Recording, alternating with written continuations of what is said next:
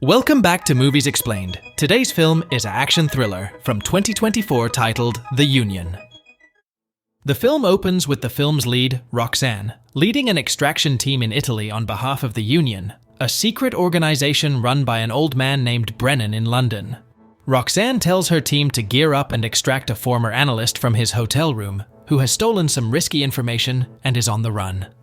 Led by Nikki, the team secures the intel device and puts a bag over the boy's face before taking him to their runaway van. Unfortunately, their mission goes south when their van gets exploded and they are rushed to a canal bridge for a second extraction point. The third party takes out the extraction team one by one, leaving Nikki behind with the analyst.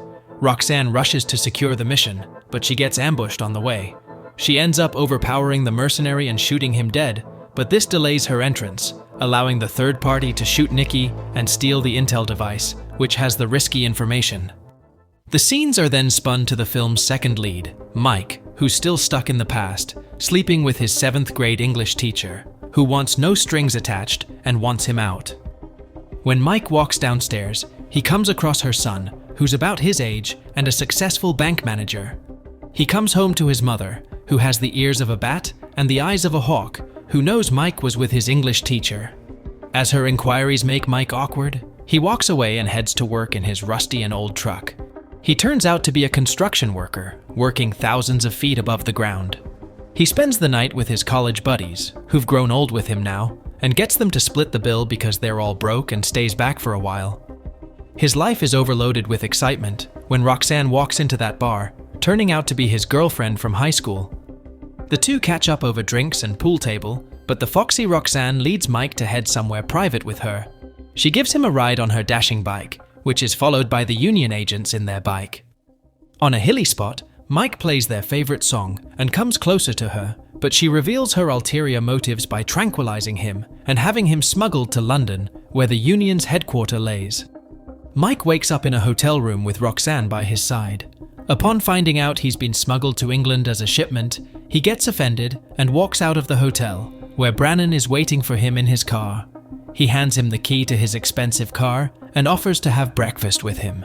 Mike agrees and wonders if he's being kidnapped, but Brennan brings to attention the charge of his expensive car handed over to him and assures kidnapping is not the case.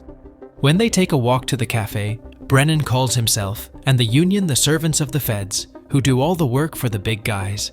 While getting takeout, Roxanne shows him their former analyst's photo and reveals how her team was sabotaged and the intel was stolen by some third party. The two take Mike to their secret headquarters, which is inside a BT tower. Before getting inside, Roxanne enlightens him with the information of an auctioneer named Juliet, who's putting the stolen intel for auction on behalf of the third party that originally stole the information. Mike's eyes pop out of his socket upon seeing the headquarters from inside, since it's his first time. They introduce Mike with their psychiatrist, Athena, and give him a tour, during which Brennan elaborates why they need his assistance in the case. All the identities of the agents, involved in any kind of espionage or secret organizations from all across the world, are contained in the stolen device, and through the auction, their identities could be exposed at any minute, which is why they want some commoner from the outer world with no such record to participate in the auction and help the Union get it back to prevent global chaos. Next, they take him to Frank, their physical trainer, who spars with him on the spot.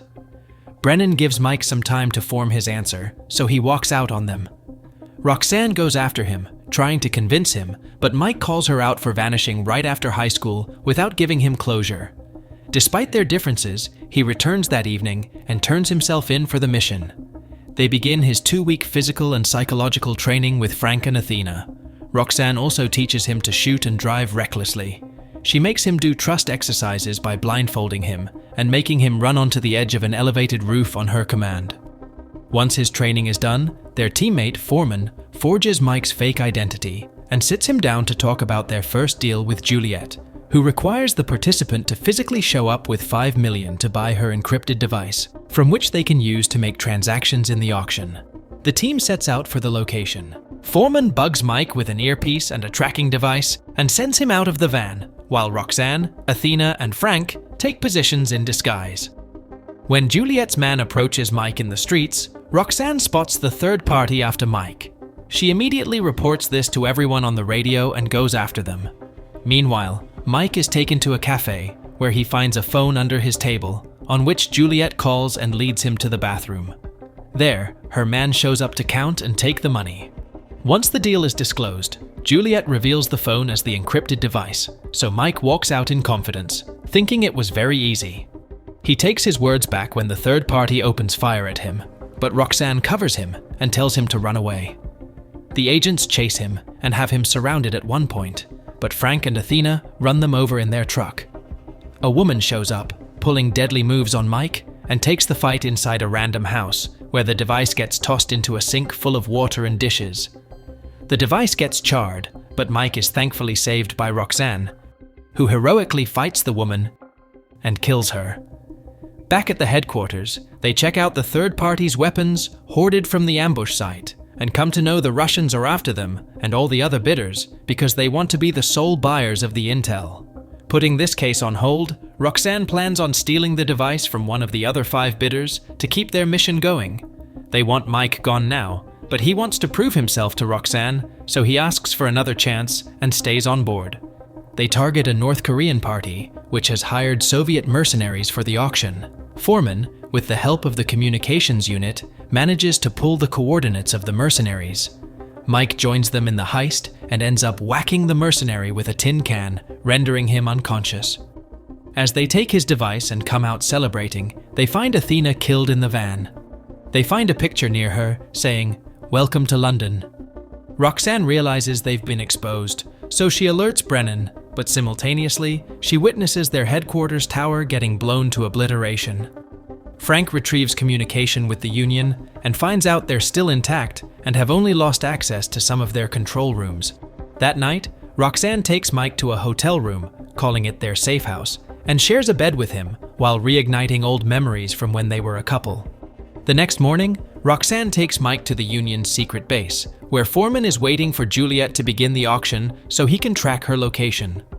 Subsequently, a CIA agent Foster shows up, claiming to be flowing the money in their auction. He reminds Brennan to get the job done and catch Juliet before he terminates the Union. With Foreman's help, the Union and Foster are not only able to participate in the bid, but also track Juliet's location. Roxanne gives Mike a ride on her bike, while Foreman helps them with the location. Roxanne and Mike find Juliet on time and take her as their hostage. She ends the auction and takes them to her house, where Juliet easily gives them the intel. However, a twist comes knocking on Juliet's door. It turns out to be Nicky, who's well and alive. Upon inquiring, he makes up a story about how he saved himself and kept himself hidden to protect Roxanne from Brennan because he's the leak of the Union. He successfully pins Roxanne against him, saying the intel contains the information of the terrorists that have ever worked with the United States government, and Brennan would kill to get the intel. When Mike intervenes and questions his authority over Roxanne, he reveals that he's her husband. Mike feels betrayed and keeps quiet, but Roxanne tells him she's separated from him. Nicky gains their trust by letting them take the intel and handing it to the CIA themselves on a preset meetup point. Roxanne steals Juliet's car, where Mike argues about never telling him about the husband. Somehow, the argument leads to a fight, in which Roxanne claims she did Mike a favor by pulling him out of his small and ordinary life. Mike immediately gets off the car and visits a bar, where he video calls his friends and lets them know he's doing fine. The next morning, Mike shows up at the bridge and reconciles with Roxanne, promising to stick by her side until the mission is over. There, Nicky calls Roxanne and reveals himself as the mole who's working with Juliet. The previous night, he engaged them and allowed Juliet to switch the intel, revealing he's on his way to sell the real intel to the Iranian party. Currently, the CIA and Foster show up, now turned against Roxanne and Mike because of Nicky's brainwashing. Before they catch them, Roxanne tells Mike to jump off the bridge right when a boat sails near it. Foster thinks they've gotten on the boat while they're under the bridge, climbing their way back up. Moving forward, Roxanne reveals she never trusted Nicky, which is why she acted along and put up a tracker on him, which tells them he's offshore. They decide to get on a plane without being seen, so Mike calls in a favor from an old friend, working in the airport cargo, who calls his friend Gary, working in London's airport cargo. Gary lets them hide in a cargo container, in which they are pushed closer to each other due to a shortage of space. Meanwhile, Brennan is under Foster's captivation. He looks at the CCTV camera and tries to explain how the Union is innocent, and the real bad guys are on the loose, on their way to sell intel. Back in the cargo container, Roxanne apologizes and sorts out differences with Mike. They successfully reach Osteria and find Nikki in Juliet's arm on a boat. Roxanne stays on his tail and intervenes right when Nikki is about to make the deal with the Iranian party. When she exposes Nikki, the Iranians leave, and Roxanne tosses the intel to Mike, who runs away on a scooter. Juliet, the clever fox, backs out from the drama and takes her security away. Nikki tricks Roxanne and escapes, so she goes to help Mike, who's ambushed by the Iranians. After shooting down everyone, they escape with the intel, but Nikki shows up, taking Roxanne his hostage. The Iranian leader pulls up once again in his car, allowing Roxanne to subdue Nikki and escape. Nikki steals a car and goes after Mike, who's being chased by the Iranians. He somehow ends up in a car trunk and gets locked up with the intel on the street. Nikki steals it and speeds away, but Roxanne shows up in a stolen car and chases him. The Iranian takes the car Mike is locked in and follows them, during which Mike comes out and kicks the Iranian out of the car and goes after Nikki, but he bumps his car into his and pushes him off the cliff. Roxanne stops by in worry, but it turns out Mike jumped out of the car before it crashed. He joins Roxanne and takes a shortcut to the seashore, where they run their car over Nikki. He gets saved, but Roxanne shoots him when he tries to shoot at Mike. In the end, Mike finally attends his friend's wedding.